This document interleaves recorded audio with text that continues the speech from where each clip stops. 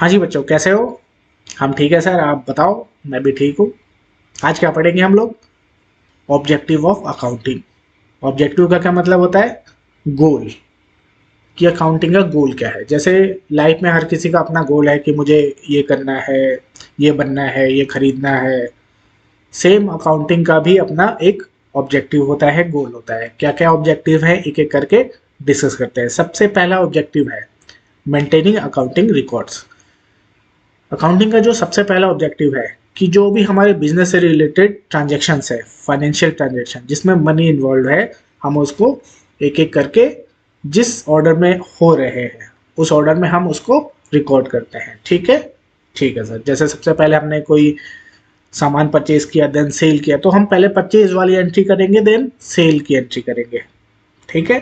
ठीक है सर। जिस ऑर्डर में हम जो बिजनेस ट्रांजेक्शन हो रहे हैं उसी ट्रांजेक्शन में हम उसको रिकॉर्ड करेंगे।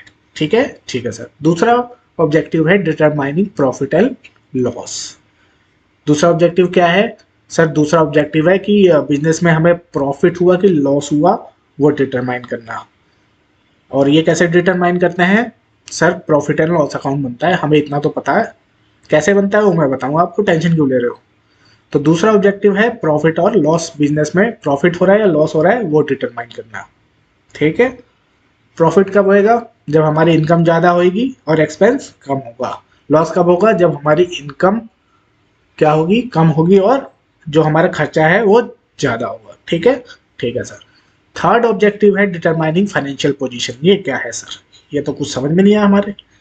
इसमें क्या होता है कि हम बैलेंस शीट बनाते हैं कि हमारा during the period, at the time of, किसी एक टाइम पे हम देखेंगे कि हमारे पास हमारी पोजीशन क्या है, हमारे एसेट्स कितने हैं, हमारी लेबिलिटी, लेबिलिटी उसको बोलते हैं जो हमें पे करना है वो कितनी है।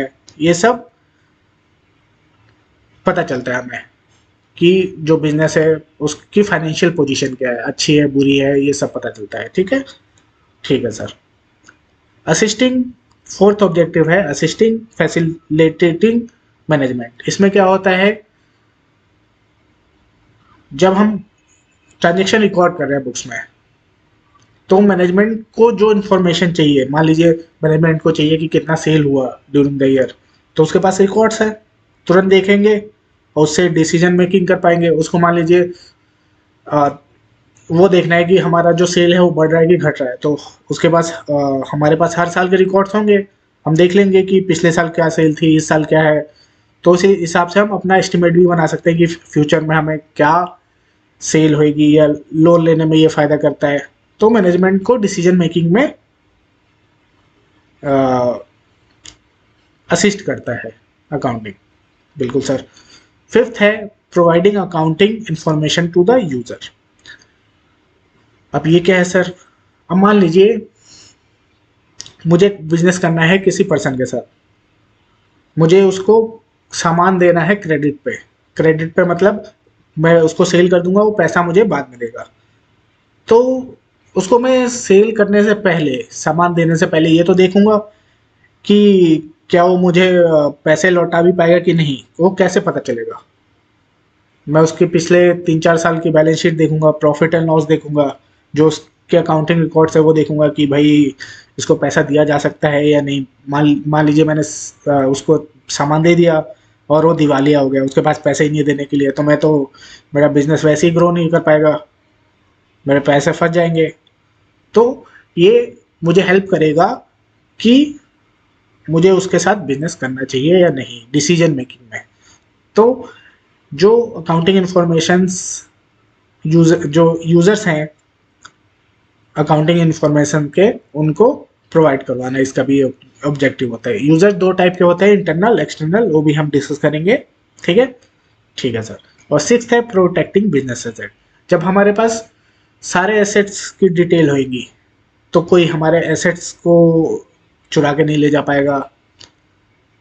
ठीक है? तो एक तरह से ये हमारे बिजनेस एसेट्स प्रोटेक्ट करता है, हमें पता रहता है हमारे पास कितना बिजनेस का एसेट है। मान लीजिए एसेट का क्या मतलब होता है? संपत्ति कितनी है।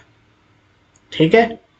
अब हम मान लीजिए हमारे पास कोई रिकॉर्ड ही नहीं है, कोई हमारे इधर से सामान लेके जा रहा है, आ रहा है, कुछ पता ही नहीं है क्या है, इससे हमारे पास जो हमारा एसेट्स है, जो संपत्ति है उसकी पूरी दुकान, बिजनेस से रिलेटेड जितने भी एसेट्स हैं उसको, उसकी डिटेल होएगी हमारे पास, तो हम देख पाएंगे, अच्छे से कंट्रोल कर पाएंगे।